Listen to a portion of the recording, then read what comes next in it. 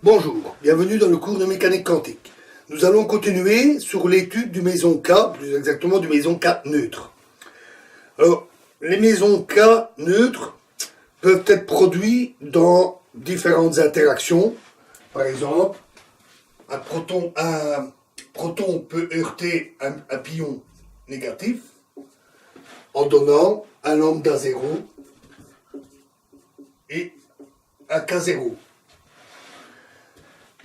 Deux neutrons peuvent se heurter et donner un neutron, un proton, un K bar 0 plus un K-. De même, un K- peut heurter un proton et donner un neutron plus un K bar 0. Alors pourquoi est-ce que j'ai écrit K0 ici et K bar 0 ici? Mais nous avons vu les étrangetés de ces particules. Dans ces interactions de collision très rapides, à interaction forte, l'étrangeté est conservée, et pour que l'étrangeté soit conservée, la particule produite ici doit être un méson K neutre, elle a son antiparticule, le méson K bar neutre. Alors, on pourrait dire, comment est-ce qu'on le sait? Parce que le méson K neutre ou le méson K bar, ils ont exactement la même masse. Ils n'ont aucune charge, ni électrique, ni baryonique, ni leptonique. Et plus encore, lorsqu'ils se désintègrent, que ce soit le K ou le K bar, ils se désintègrent généralement en deux mésons pi, un pi plus et un pi moins. D'autres désintégrations sont possibles, celle-là est la plus fréquente. Et donc on pourrait dire, mais comment est-ce qu'on peut les distinguer? On dit qu'il y a deux mésons K neutres, peut-être qu'on se trompe. Eh bien on peut les distinguer par les interactions qu'ils produisent, puisque là aussi, pour des raisons de conservation de l'étrangeté, le K0 et le K0 bar ne peuvent pas produire les mêmes interactions. Ainsi, le K0 bar, qui heurte un proton, peut donner un lambda 0 plus un pi positif. Il y a conservation de l'étrangeté, mais ça ne marche pas avec le K0. L'étrangeté ne serait pas conservée. En fait, si vous voyez un lambda qui est produit, avec ces deux particules-là, parce qu'il y a d'autres combinaisons possibles, bien entendu, d'autres possibilités. Si on a un lambda qui est produit avec un pion, vous pouvez être sûr que c'est un K0 bar qui a été produit. Le K0 produit ici ne produit jamais cela. Le K0 bar produit ici peut provoquer cela. Par exemple, si vous observez une trace avec un méson pi- qui heurte un proton, avec création d'un lambda 0, qui se désintègre ensuite en un proton et un pi-,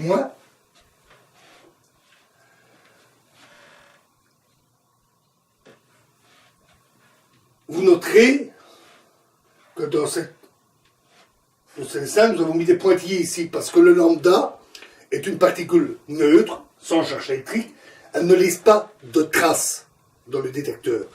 Toutefois, en mesurant les impulsions et les énergies des particules ici, en utilisant la loi de conservation de l'énergie et de l'impulsion, on peut déduire l'énergie, la masse et la direction de la trajectoire de la particule neutre.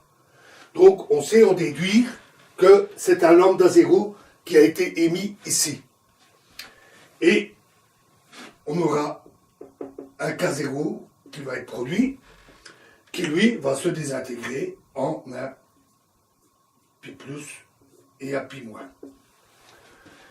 Alors, ça c'est une interaction typique, c'est celle-ci, qui est observée. Maintenant, dans un détecteur, vous pouvez observer un K 0 bar, qui heurte un proton, comme ici, produisant un lambda 0, qui va se désintégrer en un proton et un pi moins, et un pi plus. Ce type d'interaction, celle-ci, peut être produit par les mésons K neutres, produit par ces opérations-là, mais jamais par celle-ci. Le méson K ici ne produira pas cela parce qu'il n'a pas la bonne étrangeté. Donc on peut effectivement vérifier qu'il y a bien deux mésons K neutres avec des étrangetés opposées, plus 1 et moins 1. Alors, on peut noter quelque chose. C'est que dans la désintégration ici, l'étrangeté n'est pas conservée. Lorsque la particule, le méson K se désintègre en deux pions, ceux-ci n'ont pas d'étrangeté.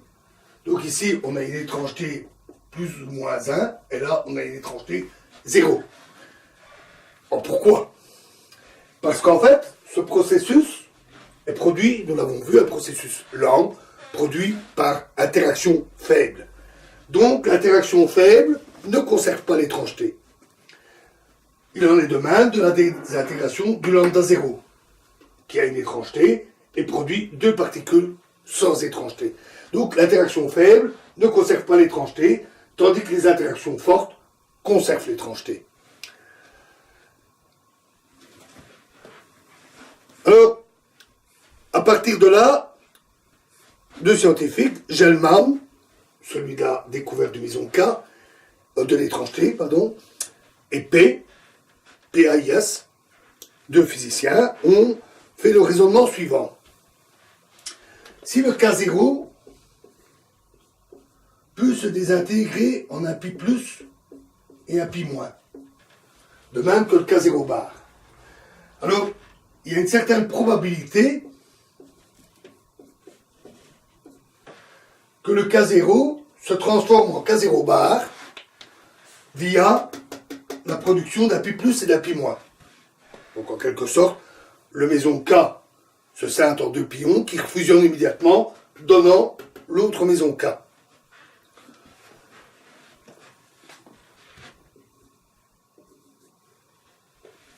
En tout cas, on ne peut pas exclure cette possibilité. On va donc dire qu'il existe une certaine amplitude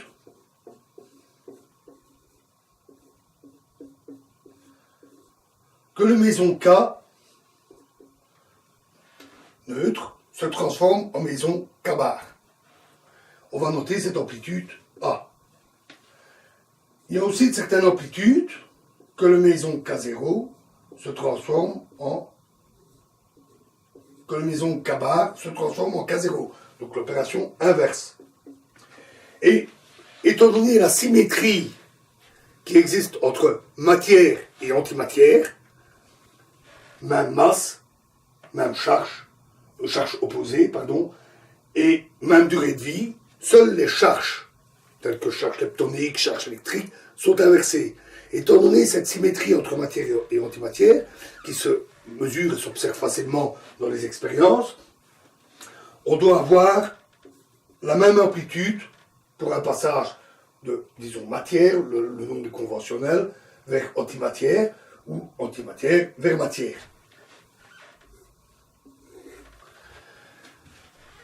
Donc, on a là un système à deux états. Alors, que Gell-Mann et P ont étudié avec les techniques que nous avons vues dans les vidéos précédentes. Notons que ça, ce n'est pas un simple état. Il peut y avoir d'autres possibilités, avec trois pions, par exemple, il peut y avoir un pion neutre, ou d'autres mésons, d'autres particules. Et de plus, les pions peuvent avoir différents états d'impulsion ou d'énergie. Donc, il y a en fait une grande quantité d'états intermédiaires. Mais on ne s'intéresse pas à ces détails. Ce qui compte pour nous, c'est qu'il y a un bilan qui est repris traduit par un opérateur que nous notons W, qui correspond à cette transformation, et le résultat de tous ces intermédiaires se traduit par l'amplitude de basculement d'un état à l'autre. Donc on considère seulement les deux états finaux possibles dans cette transformation. Alors, on va donc avoir un système à deux états, le K0 et le K0 bar. Alors, on a déjà vu ça. Si l'amplitude A était... Alors, on va noter, excusez-moi, je ne veux pas aller trop vite, on va noter C+, l'amplitude que le meson, dans un état quelconque, soit dans l'état K0. Et C-, l'amplitude qu'il soit dans l'état K bar. Donc, si A était égal à 0, on aurait nos équations classiques.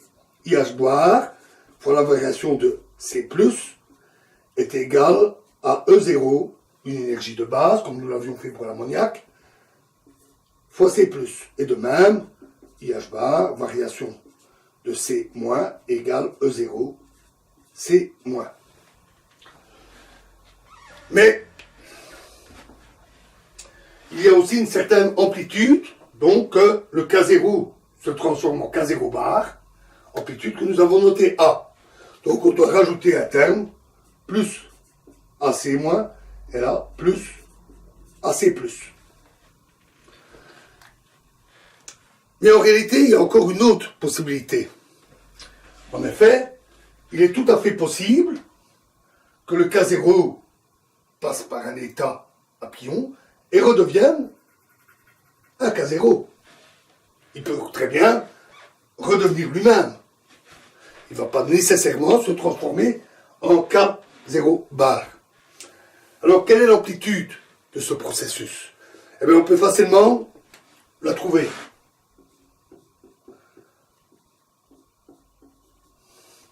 Reprenons notre amplitude K0 en K bar, et on peut décomposer cette amplitude sur une base d'états, les états à pion. Donc on va noter K0 bar, W 2pi,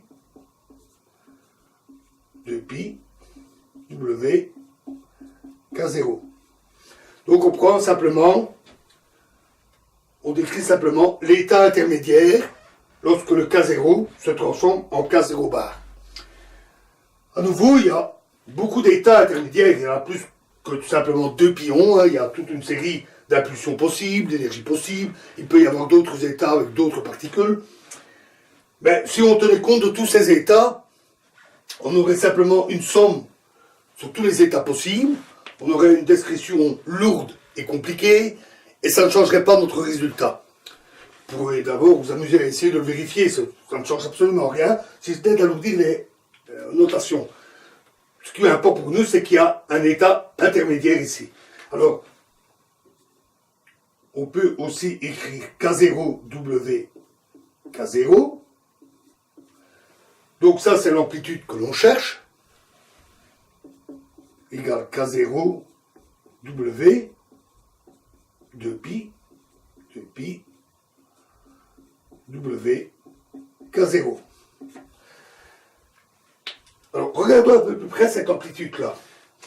La probabilité que les deux pions se transforment en K0 ou en K0 bar. Or, l'antiparticule du pion positif, c'est le pion négatif. C'est la même particule avec la charge électrique inversée. Donc en fait, l'état intermédiaire est invariant sur la transformation matière-antimatière. Pi plus plus pi moins, ou pi moins plus pi plus, c'est la même chose. Donc, ces deux amplitudes-là doivent être égales. Toujours par cette question de symétrie matière-antimatière. Peu importe que les pions se transforment en K0 bar ou en K0, on doit avoir la même amplitude. De même ici, mais là c'est la même. Et donc, l'amplitude que le K0 se transforme en K0 est la même que celle qui se transforme en K0 bar. L'amplitude est A. Tout simplement. Ce qui veut dire qu'on doit rajouter encore un terme ici, plus A, c'est plus, ou plus A, c'est moins, qui traduit le fait que la particule, dans l'état K0, peut très bien se retransformer en elle-même.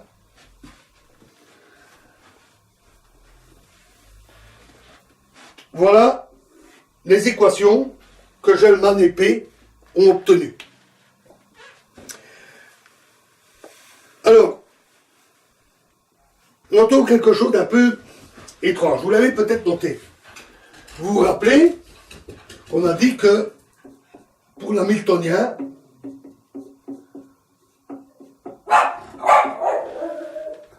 les éléments non diagonaux, donc HIJ, est égal à HI en valeur conjuguée. Ça veut dire que, normalement,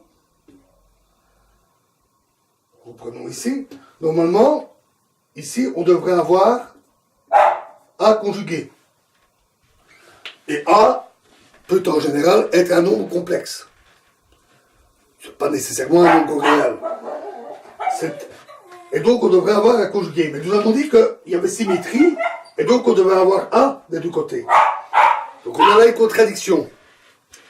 En réalité, non, parce que comment est-ce que nous avions déduit cela?